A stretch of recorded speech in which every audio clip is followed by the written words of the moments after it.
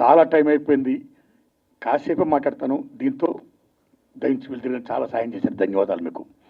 నారాయణమూర్తి గారిని మనం కాపాడుకోవాలి, నారాయణమూర్తి సినిమాని ఆదరించాలని చెప్పినందుకు ఈ సభని నిజం చెప్పాలంటే ఈవేళ నేను మీటింగ్ పెట్టింది కేవలం కాసిం గారి వరలే. కాసిం గారు రీసెంట్గా నా సినిమా చూశారండి, బ్రహ్మాండంగా మెచ్చుకున్నాడు. ఆయన మెచ్చుకోవడమే కాదు, నారాయణమూర్తి గారు మీ సినిమా మీద మేము రౌండ్ టేబుల్ సమావేశం పెడతాము అని ఆయన అనడం, మీ సినిమాను మేము ఎంకరేజ్ చేస్తాం, ఇలాంటి సినిమాను ఆదరించాలి అని చెప్పడం. ఆ దశలో భాగంగా రౌండ్ టేబుల్ సమావేశం బదులు మీరు షో వేయండి, చాలామంది ప్రముఖులు పిలుస్తాను, ప్రెస్ ముందు మనం చెప్పుకుందాం, ఆ రకంగా పబ్లిష్ చేద్దాం అని చెప్పడం జరిగింది. సో ఇంత చేసినటువంటి కాసిం గారికి నేను హృదయపూర్వక ధన్యవాదాలు చెప్పుకుంటున్నానండి. Thanks a lot, please. తర్వాత మన సారు అద్దంకి దయాకర్ గారు, నేను గవర్నమెంట్తో మాట్లాడి ట్యాక్స్ ఇప్పిస్తాను, ట్యాక్స్ లేకుండా చేస్తాను అన్నారు. అలాగే మా శ్రేయోభిలాషి ప్రముఖ కవి అందశ్రీ గారు కూడా ఈ సినిమాకి ట్యాక్స్ ఎగ్జామ్షన్ ఇప్పించాల్సిందిగా అద్దంకి దయాకర్ గారిని కోరారండి. Thanks a lot to Andesri అన్న అండ్ దయాకర్ గారు. అయితే నా విజ్ఞప్తి, నాకు ట్యాక్స్ ఫ్రీ వద్దు, ఏం వద్దండి, నా గవర్నమెంట్ సైడ్ నుంచి ఏ సహకారం వద్దండి, ప్లీజ్. నేను కోరుకునేది ఏంటంటే దయించి మీరు ప్రమోట్ చేయండి సినిమాని, నా సినిమా గురించి చెప్పండి, సినిమా జనంలోకి వెళ్ళి చెయ్యండి,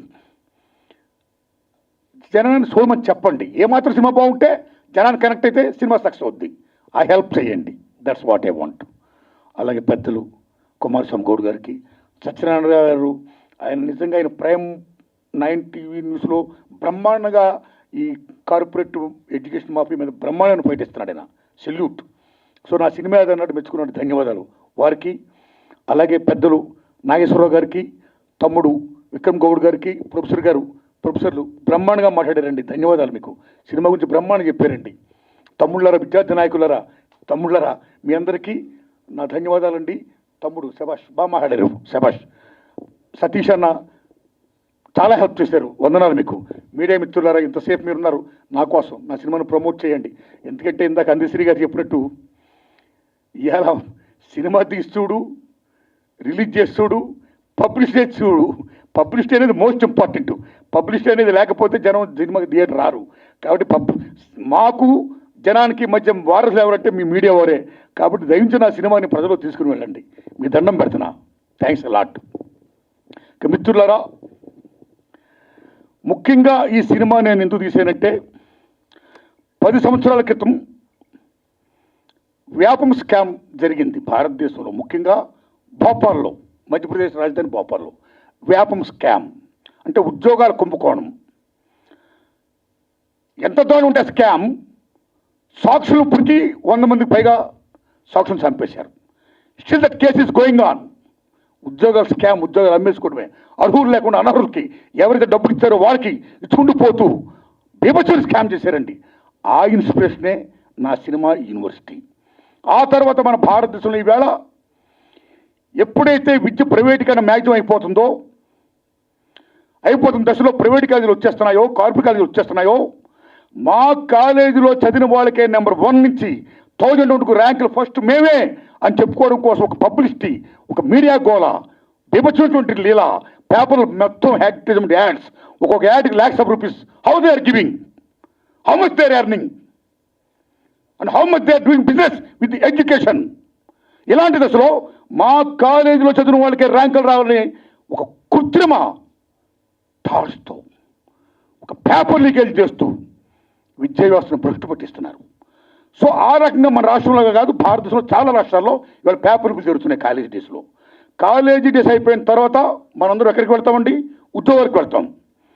ఉద్యోగాలకు వెళ్తుంటే ఏ పబ్లిక్ సర్వీస్ కమిషన్ ఎగ్జామ్ రాయాలనుకుంటే అక్కడ కూడా మా కోచింగ్ సెంటర్లో చదివిన వాళ్ళకే ఉద్యోగాలు వస్తాయి అని ఒక నోషన్తో, ఒక వ్యాపార దృక్పథంతో ఒక మాఫియా తయారైపోయి అక్కడ కూడా పేపర్ లీకేజీలు అండి. సేమ్ ఉదాహరణ తీసుకోండి, రీసెంట్గానే ఎంబీబీఎస్ పిహెచ్డి రాసిన వాళ్ళు చాలామందికి నీట్ విషయంలో మీకు గుర్తుపెట్టుకుని తమ్ముళ్ళరా, గుజరాత్లో బీభత్సంగా పేపర్ లీకేజ్ జరిగిపోయాయి. ఒరిస్సా, గుజరాత్, యూపీ, మహారాష్ట్ర, ఢిల్లీ మొత్తం కుదేలైపోయింది. ఇంత పేపర్ లీకేజ్ జరిగిపోతుంటే కేంద్ర ప్రభుత్వం ఏం చేస్తుంది, రాష్ట్ర ప్రభుత్వాలు ఏం చేస్తున్నాయి? ఎందుకు ఎడ్యుకేషన్ మినిస్టర్స్, ఎందుకు సిస్టమ్, ఎందుకు కాన్స్టిట్యూషన్? కాబట్టి పేపర్ లీకేజ్ జరగకూడదు, విద్యను మనం కాపాడుకోవాలి అనే అంశాన్ని నేను ఫీల్ అయ్యి చిత్రమే ఈ యూనివర్సిటీ పేపర్ లీక్. కాబట్టి ఈ విద్యార్థులు, తల్లిదండ్రులు, ఉపాధ్యాయులు అందరూ చూడాలి. అన్నిటిని మించి ప్రభుత్వ విద్యా విధానాన్ని బలోపేతం చేయాలి అని ముఖ్యంగా చెప్పారు సినిమాలో. ఈ ప్రైవేటైజేషన్, కార్పొరేటీకరణ, ఈ మాఫియా దందాలు, ఈ ఎడ్యుకేషన్ సిస్టమ్ ఉండకూడదు. మొత్తం రూల్ చేయాలి. ప్రభుత్వ విద్యను కాపాడుకోవాలి, ప్రభుత్వ విద్యను బలోపేతం చేయాలి, విద్యని వైద్యని జాతీయం చేయాలి అనే విషయాన్ని నేను చెప్పాను చిత్రం ద్వారా. ఈ చిత్రం ద్వారా నేను చెప్పినప్పుడు ఇందాక పాసి యాదగిరి గారు చెప్తున్నారు, వరవరరావు గారు సరసని, సాయిబాబు గారు సరసని మిమ్మల్ని కూడా పెడుతున్నాం అంటుంటైనా పెడతారంటుంటే, నేను వరవరరావు గారు అంత, సాయిబాబు గారు అంత గొప్పవాడిని కాను. నేను మామూలు మనిషి, నేను కామన్ మ్యాన్. నేను నా రూట్లో నా పని చూసుకుంటా. ఇక నా విజ్ఞప్తల్లా ఏంటంటే, ఈ సినిమాని నేను ఆగస్టు 22వ తారీఖున రిలీజ్ చేస్తున్నానండి. ఆగస్టు 1 కాదండి, ఆగస్టు 22 అండి. దయించి సినిమాని చూడండి, ఆదరించండి. ఏమాత్రం బాగున్నా 10 మందికి చూడమని చెప్పండి. ఇంకా ఇలా చిత్రాలు తీయడానికి నాకు మంచి శక్తిని ప్రసాదించండి. ఇదే నా విజ్ఞప్తి అండి. ధన్యవాదాలు మీకు. Thanks a lot. థ్యాంక్స్ అండి.